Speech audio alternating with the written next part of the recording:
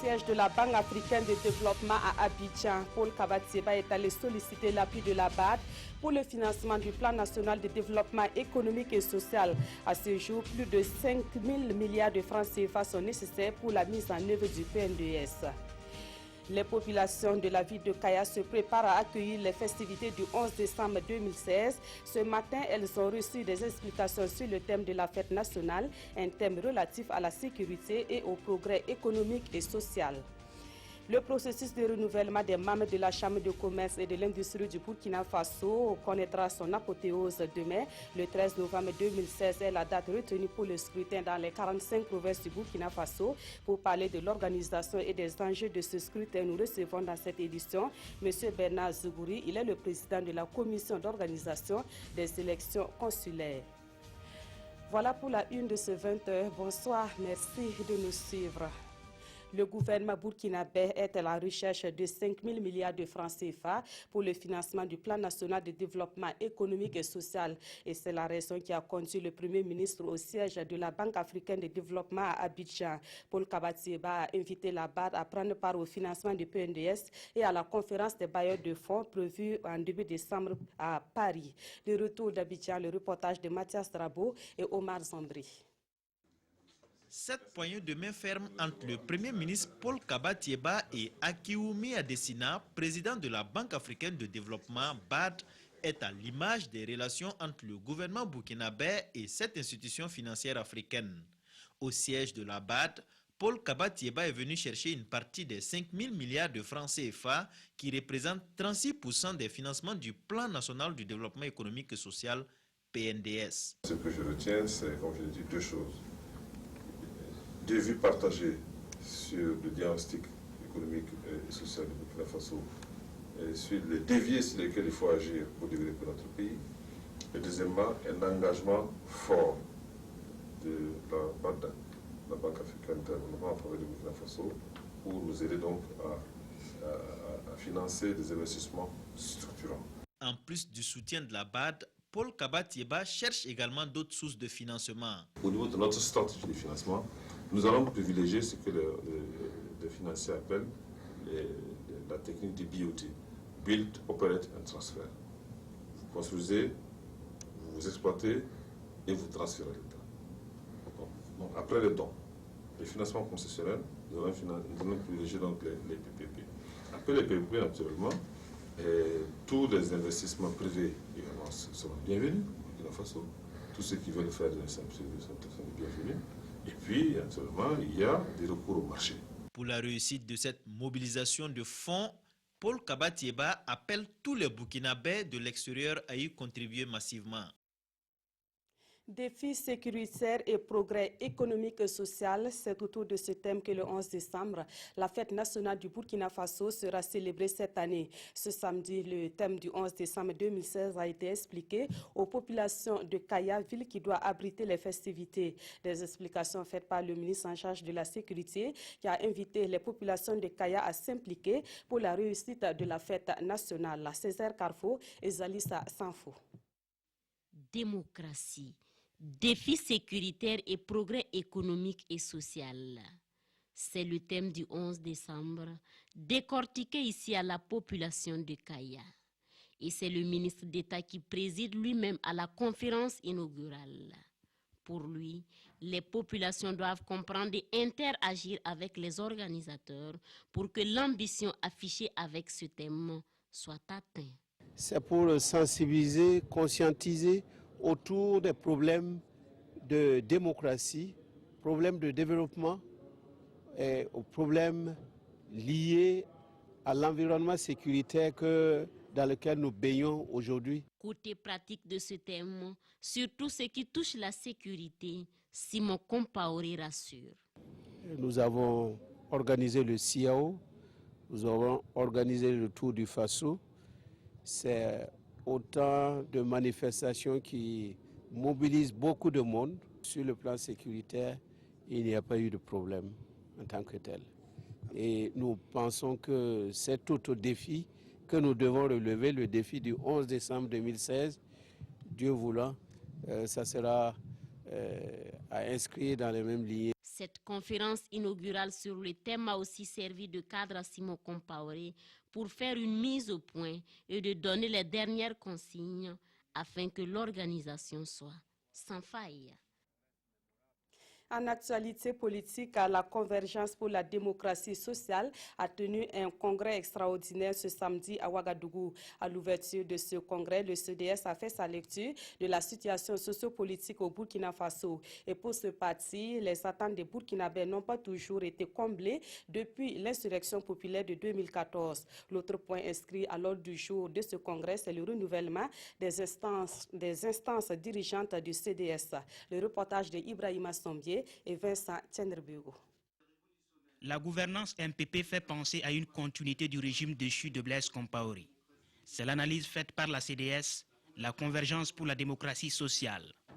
Réunie en congrès extraordinaire ce samedi à Ouagadougou, cette formation politique qui fait partie de l'opposition extra-parlementaire estime que la situation nationale est marquée par un malaise grandissant. À l'issue de cette insurrection victorieuse, le slogan qui a été le plus populaire et le plus scandé, c'était que plus rien ne sera comme avant. Il y a donc là l'expression d'attente forte relativement à un certain nombre de dossiers, relativement à la satisfaction des besoins essentiels des populations. Malheureusement, que les attentes des populations, telles que manifestées à l'occasion du mouvement insurrectionnel, attendent toujours d'être satisfaites. Dans le débat récurrent sur le triptyque vérité, justice et réconciliation nationale, la CDS dit accorder la priorité à la réconciliation que le parti présente comme une nécessité urgente. Nous ne faisons pas le plaidoyer pour qu'on fasse l'impasse sur les questions de vérité et de justice. Tel n'est pas notre propos. Nous disons, si par une formule intelligente, nous parvenons à la réconciliation des cœurs, peut-être à ce moment sera-t-il plus facile de traiter les questions judiciaires. Voilà ce que nous disons. Au cours de ce congrès extraordinaire, les militants de la CDS font mener la réflexion sur la démocratie sociale, vocation du parti. Ils feront l'analyse de la situation politique pour dégager leur position avant de procéder au renouvellement de leurs instances. Un renouvellement qui pourrait voir le retour de Valère Sommet, le fondateur de la CDS, dans les instances dirigeantes du parti. La situation nationale a également suscité une réaction du groupe de réflexion démocratique. Les résultats des dernières enquêtes parlementaires, la sécurité, le rôle des organisations de la société civile, voici autant de sujets sur lesquels le groupe de réflexion a donné sa position. Et c'était au cours d'une conférence de presse que ce groupe a animé hier à Ouagadougou. Des précisions avec Siedi Lareyen et Yolande Lompo. Aujourd'hui, le groupe de réflexion démocratique La République sort du simple cadre des réseaux sociaux pour se structurer légalement en un cadre de réflexion et de débat démocratique ouvert à tous les citoyens. Face à la presse, le groupe se livre à un décryptage de la situation sécuritaire et sociopolitique, des enquêtes parlementaires ainsi que du rôle et de la place des OSC dans le nouveau contexte post-insurrectionnel. Qu'autant l'exécutif ou le législatif ne doivent pas s'interférer dans les affaires de la justice, qu'autant aucun parti politique, aucune OSC ne doit mettre la pression sur celle-ci pour mettre en accusation un citoyen burkinabé. C'est dire que la levée de l'immunité parlementaire du président de l'Assemblée nationale ne relève que du juge, seule habilité à juger de son opportunité en fonction de l'avancée du dossier. Selon eux, la célébration de l'an 2 de l'insurrection a été faite dans une confusion. Et certaines organisations de la société civile réclament la dissolution du gouvernement et la levée de l'immunité parlementaire du président de l'Assemblée nationale. Tout en saluant la naissance du Front républicain bis CODER, le groupe déplore. Cependant, la première déclaration du CODER qui tend à vouloir marcher sur les cadavres de nos martyrs pour aller à la réconciliation par la formation d'un gouvernement d'union nationale sans vérité et justice. Se réjouissant de la publication des derniers rapports sur le foncier et les mines, les membres du groupe invitent par ailleurs le nouveau Parlement à poursuivre ses enquêtes afin que les biens volés soient récupérés. Et puis cette brève information sportive avant de continuer, les étalons du Burkina Faso ont battu cet après-midi les requins du Cap-Vert par le score de 2-0. Ce match qui s'est joué à Praia entre dans le cadre de la deuxième journée des éliminatoires de la Coupe du Monde Russie 2018. Autre point de l'actualité, le processus de renouvellement des membres de la Chambre de commerce et de l'industrie du Burkina Faso connaîtra son apothéose demain, le 13 novembre 2016. est la date retenue pour le scrutin dans les 45 provinces du Burkina Faso. Pour parler de ce scrutin, nous recevons M. Bernard Zougouri. Il est le président de la commission d'organisation des élections consulaires. Bonsoir. Bonsoir, madame. Bienvenue sur notre plateau. Merci. Alors, le processus de cette élection a été lancé depuis août et on a assisté à beaucoup de polémiques sur l'organisation de ces élections à la veille de ce scrutin. Est-ce que vous êtes prêt? Merci, madame, de me donner encore une fois de plus l'opportunité de parler des élections consulaires. Effectivement, depuis le 1er août, date de lancement du processus, beaucoup d'actions ont été menées par les commissions qui ont été mises en place par le ministre du Commerce, en charge du commerce. Alors, il y a eu des sorties sur le terrain. Nous avons eu 3 sorties pratiquement. La première sortie au niveau des 45 provinces, c'est pour d'abord demander aux membres, au monde des affaires de s'inscrire. Comment est-ce qu'il faut s'inscrire avec les pièces qu'il faut. Deuxième sortie, c'était pour demander à ceux qui sont candidats, ceux qui veulent se faire candidats, en tout cas donner les éléments nécessaires pour les permettre de s'inscrire comme candidats. Et la troisième sortie, c'est pour indiquer comment il faut voter. Donc c'est pour dire que le processus a été bouclé. Aujourd'hui, nous sommes fin prêts parce que tout le matériel et dispositifs pour les votes sont acheminés dans les provinces. Alors, les membres qui ont été formés, les membres des bureaux qui ont été formés par la CENI sont en place et nous, de notre point de vue, nous sommes prêts pour la journée de demain. Et concrètement, comment est-ce que cette journée électorale va se dérouler? Alors, ça va se dérouler comme les élections habituellement que nous connaissons ici.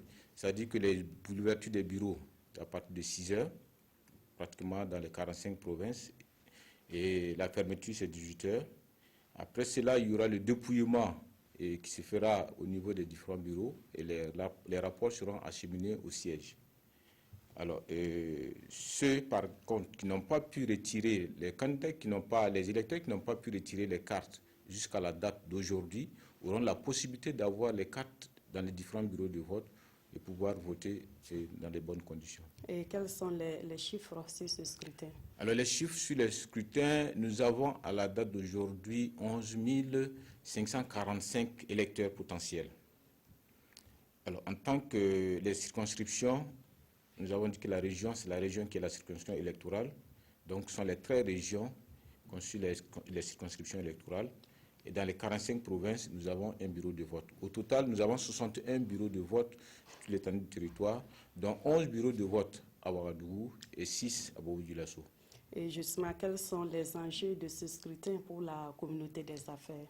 Et c'est une opportunité que la communauté des affaires doit saisir parce que c'est une première dans notre pays. Les élections vont se faire de façon démocratique et chaque acteur aura le choix, en tout cas choisira librement et la personne en tout cas qu'il souhaite avoir devant pour défendre ses intérêts. Alors, pour le monde des affaires, c'est d'abord relancer l'économie, parce qu'aujourd'hui, nous avons le PNDS qui est là, le secteur privé est fortement attendu. Alors que la délégation spéciale que nous avons connue depuis l'insurrection jusqu'à maintenant était très limitée dans ses prises de décision, si bien qu'il y a un certain nombre de programmes, un certain nombre d'investissements qui sont restés en veilleuse. Donc c'est une occasion pour le monde des affaires d'avoir des élus, un président élu, et de pouvoir relancer les activités dans de très bonnes conditions. Alors, M. Zougouri, on sait que généralement dans une élection, le souci majeur, c'est la transparence. Tout à fait. Et quelle garantie vous pouvez donner quant à la transparence de ce scrutin-là? Depuis le début, nous avons joué cette carte de transparence. Lorsque les inscriptions ont été faites sur les listes électorales, les résultats provisoires ont été affichés et on a permis à ceux qui ne sont pas d'accord avec les résultats de contester, ce qui a été fait. Même les candidatures également, nous avons permis à ceux qui ne sont pas d'accord avec le travail qui a été fait par les commissions de contester. Et du reste, les commissions qui ont travaillé sur ces dossiers, les 2 commissions sont composées pratiquement de personnes ressources de plusieurs départements, dont le département en charge de la sécurité, le département en charge de l'administration territoriale, Et bien sûr, c'est le même département. Le département en charge de la justice et le département en charge du commerce qui assure la présidence. En plus de ces 3 départements, nous avons la CENI, qui est pratiquement le bras armé, qui a travaillé de bout en bout sur les dossiers avec les différentes commissions. Et en plus de la CENI également, nous avons les représentants du monde des affaires, puisque la Chambre de commerce couvre 3 catégories professionnelles. Nous avons l'industrie, les services et puis le commerce. Donc, chaque catégorie est représentée. Donc, c'est pour dire que nous avons travaillé avec tout le monde de la transparence. Et avec ce scrutin aussi, nous avons permis à ceux qui veulent avoir des observateurs dans les bureaux de vote de pouvoir, en tout cas, participer, assister à ces élections de bout en bout jusqu'au dépouillement.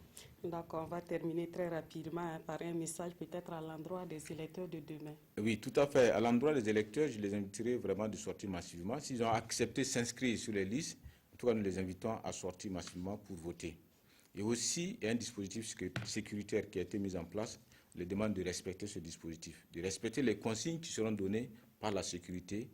Et je pense que toutes les dispositions ont été prises pour que les élections se passent dans de très bonnes conditions. Merci beaucoup, M. Bernard Zougri, pour toutes ces informations. Je rappelle aux téléspectateurs que nous recevions le président de la commission d'organisation des élections consulaires, un scrutin prévu demain dimanche dans toutes les 45 provinces du Burkina Faso. Suite de cette édition, des acquis, mais aussi des insuffisances et des leçons à tirer, c'est ce qu'il faut retenir de la mise en œuvre de la gratuité des soins dans les districts sanitaires du Burkina Faso à ce jour. La direction des établissements sanitaires a fait le bilan de cette mesure gouvernementale au profit des femmes enceintes et des enfants de moins de 5 ans. Et selon cette direction, 6 millions d'actes gratuits ont été offerts aux populations ciblées par cette mesure. Kwale Nebie et Oumou Sissi. Les participants à cette rencontre sont tous unanimes. La mesure de gratuité des soins est effective dans tous les districts sanitaires depuis 6 mois. Et ce sont environ 6 millions d'actes gratuits qui ont été offerts aux femmes enceintes et aux enfants de moins de 5 ans. Et ce n'est pas nous qui le disons, ce sont les ONG avec lesquelles nous avons contracté, qui sont allés sur le terrain, au niveau des centres de santé de promotion sociale, au niveau des centres médicaux avec antenne chirurgicale, au niveau des centres hospitaliers régionaux, au niveau même des villages, au niveau communautaire. Ce sont ces ONG qui sont indépendantes, qui nous disent que la gratuité est effective. Malgré ces motifs de satisfaction, des insuffisances sont constatées sur le terrain.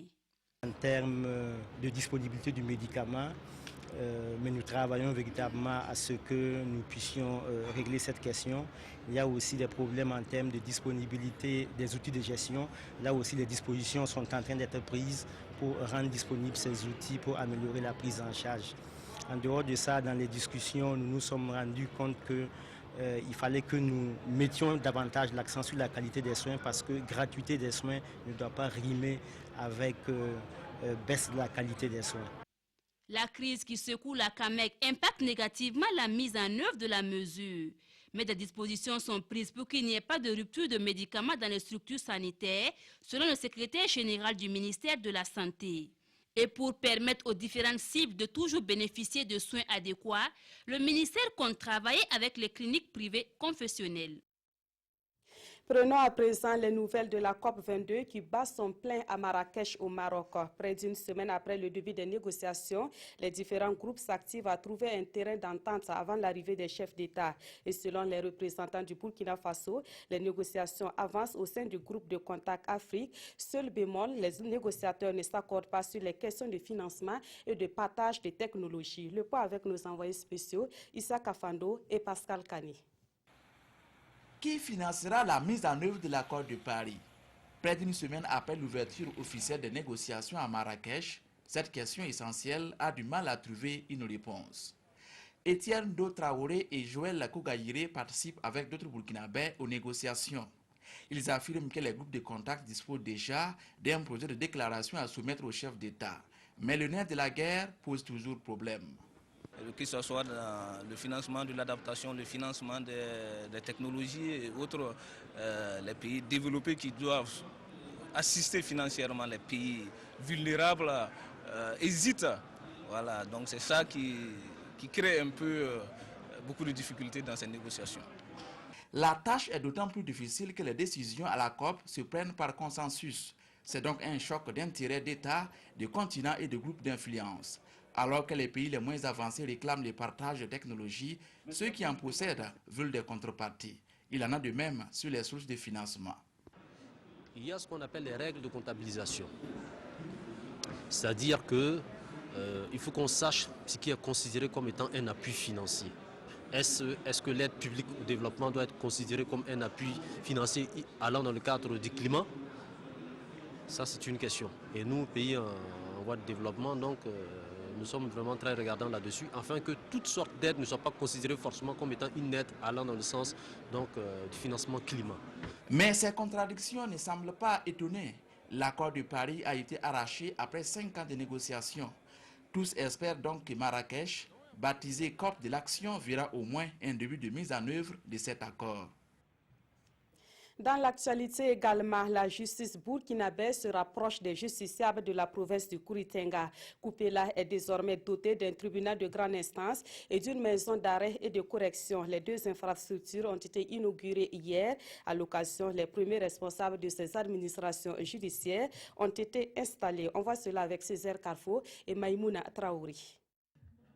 Un tribunal de grande instance et une maison d'arrêt et de correction à Koupela. La justice se rapproche de la population de la province du Kouritenga qui était obligée de se rendre à Tinkodgo à plus de 50 km pour s'offrir les services judiciaires. Ça va également permettre de désengorger, comme on l'a dit, le tribunal de grande instance de Tinkodgo, qui est la 3e juridiction en termes de travail. Et ça va alléger, non seulement permettre à ceux qui sont à Tinkodgo d'avoir moins de travail, puisque tous ceux qui, relevant de la province du Kouritenga, allaient là-bas seront ici. Il lancerait ainsi pour la garde de sécurité pénitentiaire aussi, parce que les personnes en détention qui relèvent de la compétence de cette juridiction vont être déférés ici. Et même ceux qui sont actuellement à Tinkodgo, la loi nous donne 3 mois pour tout réaliser. Ces deux magistrats, le président du tribunal de grande instance et le procureur du Faso près le tribunal de grande instance de Koupela, sont chargés de dire le droit dans cette province. Nous allons souhaiter que la population donc, du Kouritenga puisse s'approprier de ces locaux, donc, de cette justice qui est venue donc, la leur, pouvoir donc solliciter les services, pouvoir donc régler les différends qui vont résulter entre elles et donc en ayant recours au droit. Et pour la mise en œuvre de la politique pénitentiaire, la population peut compter sur ce garde de sécurité pénitentiaire. C'est une nouvelle maison d'arrêt et le fonctionnement est un peu différent qu'une maison d'arrêt qui existait déjà et qui avait déjà été gérée. Ici, on doit tout recommencer et c'est nous, on doit mettre tout en place ici. Donc nous sommes les pionniers. Notre efficacité déterminera également ce qu'on attend aussi. Le tribunal de grande instance de Koupela a une compétence générale sur les matières civiles, pénales et administratives relevant de son ressort territorial. L'ouverture de cette juridiction porte à 25 le nombre de tribunaux de grande instance et de maisons d'arrêt et de correction au Burkina Faso. Les gendarmes et les policiers sont des acteurs dont le travail peut contribuer à la promotion des droits de la femme. Encore faut-il qu'ils maîtrisent les instruments juridiques relatifs aux droits de la femme et c'est tout le sens d'une formation organisée au profit d'une vingtaine de gendarmes et de policiers. La formation débutée le 9 novembre dernier à Kourgou s'est achevée ce samedi même. Siedi Lareyenne et Oumou Sissé. Exposés et débats autour des violences faites aux jeunes filles et aux femmes. Nous sommes ici à Koudougou lors de la formation des acteurs juridiques sur les instruments juridiques relatifs aux droits de la femme. Des droits regroupés en 5 catégories et qui sont les droits civils, économiques, sociaux, culturels et politiques. On s'est rendu compte qu'au niveau national, tous les textes, depuis la Constitution jusqu'au code, aux lois, ne font pas de discrimination basée sur le sexe. C'est seulement l'application qui pose problème. Les acteurs judiciaires, dans l'exercice de leurs fonctions, rencontrent de nombreux cas de violences faites aux femmes. Et cette formation est la bienvenue et permettra de corriger les insuffisances. Si une femme victime de violence arrive, pour l'accueil, c'est un peu difficile, puisque ce n'est pas la même manière que quelqu'un qui vient comme ça pour porter plainte. Nous allons avoir plus d'attention envers cette dernière. Voilà, pour qu'elle soit rassurée Cette session de formation des acteurs judiciaires sur les instruments juridiques internationaux, régionaux et nationaux relatifs aux droits de la femme est organisée par l'Association des femmes juristes du Burkina Faso. Une association qui lutte pour la promotion du droit et contre toutes les formes de discrimination à l'égard de la femme.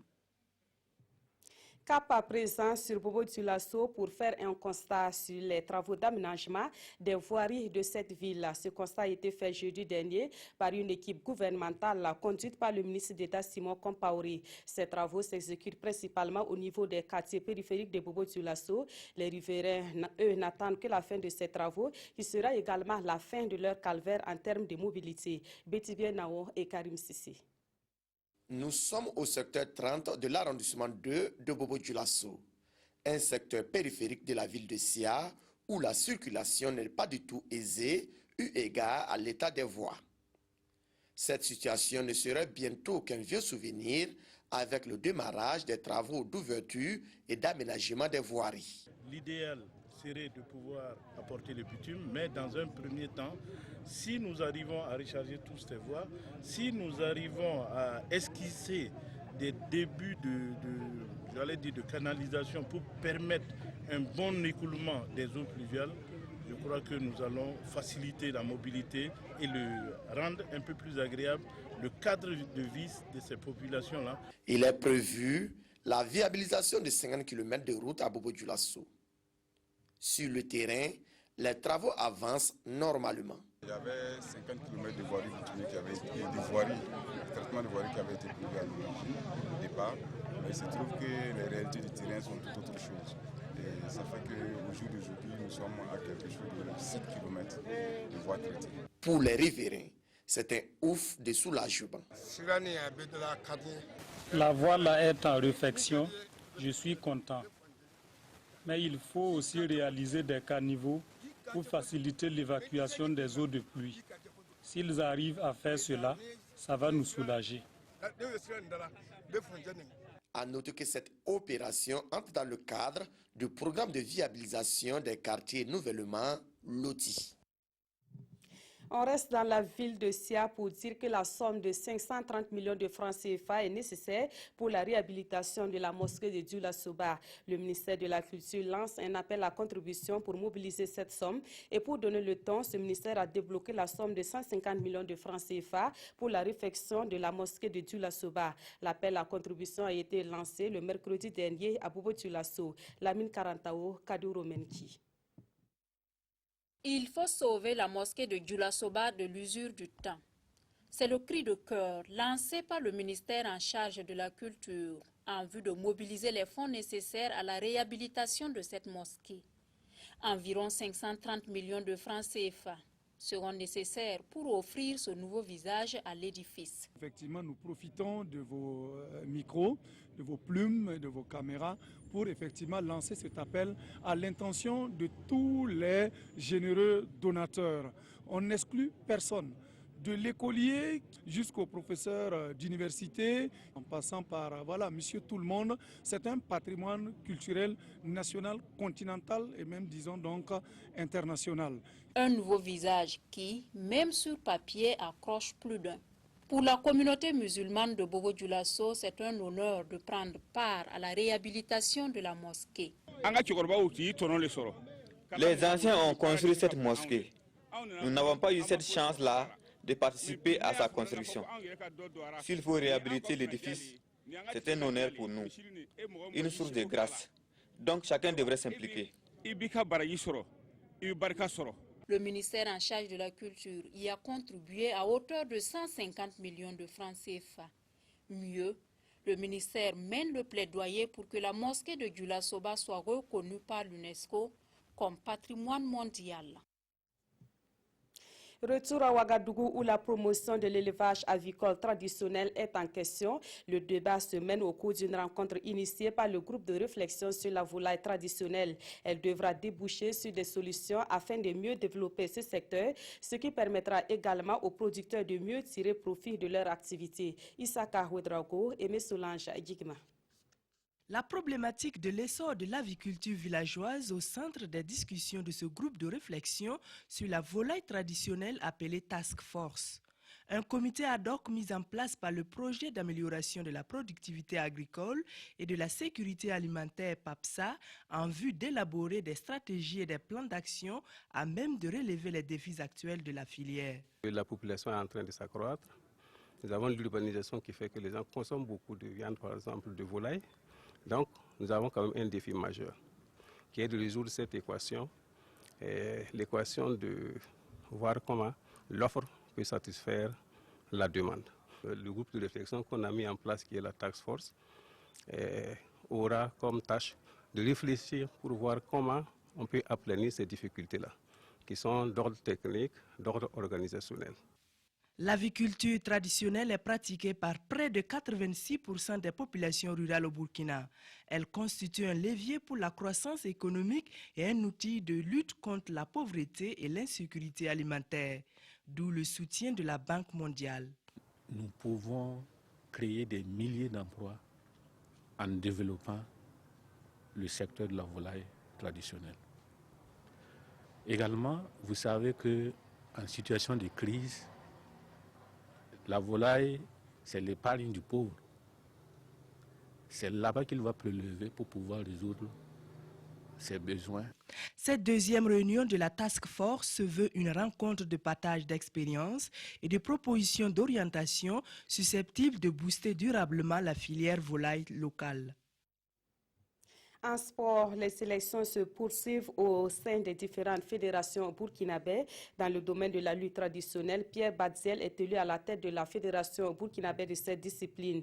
Il s'agit en réalité d'un plébiscite puisqu'il était le seul candidat en course pour cette élection. Le reportage de Moussa Ouedraogo et Kalfa Ouattara. C'est fait. Pierre Badziel présidera aux destinées de la lutte traditionnelle au Burkina durant les 4 années à venir. L'Assemblée générale élective tenue ce samedi 12 novembre l'a même plébiscité. 100% de voix pour son programme. La lutte continue. Il faut que sur le plan national, au lieu que ce soit de 15 provinces qui participent au championnat, que nous puissions avoir au moins 25 à 30 provinces qui participent au championnat. Qu'au niveau international, que nous puissions bousculer la hiérarchie, et j'y tiens. La hiérarchie Sénégal-Niger, Nigeria, il faut que le Burkina s'insère dans cette hiérarchie-là, soit au peloton de tête au niveau international. La lutte continue, ça veut dire quoi? Ça veut dire que tant que nous ne sommes pas devant le Sénégal, tant que nous ne sommes pas devant le Niger, la lutte doit continuer et on doit persévérer. Je suis content de l'ambiance que nous avons pu vivre et où on sent que les acteurs ont été bien préparés. Qu'ils se sont bien organisés et ils nous ont montré quand même un modèle de démocratie, de choix de leurs dirigeants comme on voudrait le voir. À la tête d'un bureau de 15 membres, le nouveau président veut faire de la lutte traditionnelle une discipline majeure dans notre pays afin de défendre vaillamment les couleurs du Burkina dans les compétitions régionales et internationales. Et puis je reprends pour vous cette brève information sportive. Les étalons du Burkina Faso ont battu cet après-midi les requins du Cap-Vert par le score de 2-0. Ce match qui s'est joué à Praia entre dans le cadre de la deuxième journée des éliminatoires de la Coupe du Monde Russie 2018. Nous reviendrons en détail sur cette victoire des étalons dans nos prochaines éditions. On va terminer ce journal avec un mot de l'actualité hors de chez nous. Le Fonds monétaire international vient en aide à l'Égypte pour redresser son économie. Le FMI octroie 12 milliards de dollars à ce pays dont l'économie souffre depuis 5 ans. Cet appui permettra également de mieux protéger les personnes vulnérables en Égypte. L'Égypte secourue par le FMI pour sortir de la crise économique qui l'étrangle. Le Fonds monétaire international va débloquer 12 milliards de dollars d'ici 3 ans en échange de la mise en œuvre de difficiles réformes. Objectif, rétablir la compétitivité, doper la croissance et créer des emplois tout en protégeant les plus vulnérables dans un pays où un tiers de la population vit sous le seuil de pauvreté. L'aide du FMI va apporter un cadre à la politique publique, nous explique ce consultant, et permettra à la Banque centrale et au gouvernement de régler la question de la monnaie d'ici 3 à 6 mois.